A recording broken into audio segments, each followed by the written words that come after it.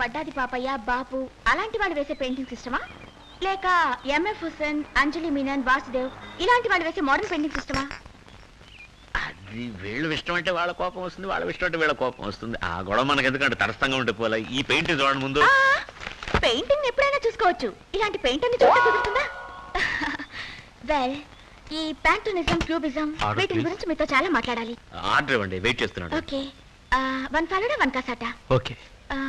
You like Picasso? అయ్యో వద్దండి, ఫలూడాతోనే కడుపు నిండిపోతుంది. ఇప్పుడే మీ విషయం అర్థం అవుతుంది. You very funny. మీకేం ఇష్టం? Falooda. Come to the point. మీకు మోడర్న్ పెయింటింగ్స్ ఇష్టమా, ఓల్డ్ పెయింటింగ్స్ ఇష్టమా? చెప్పనా?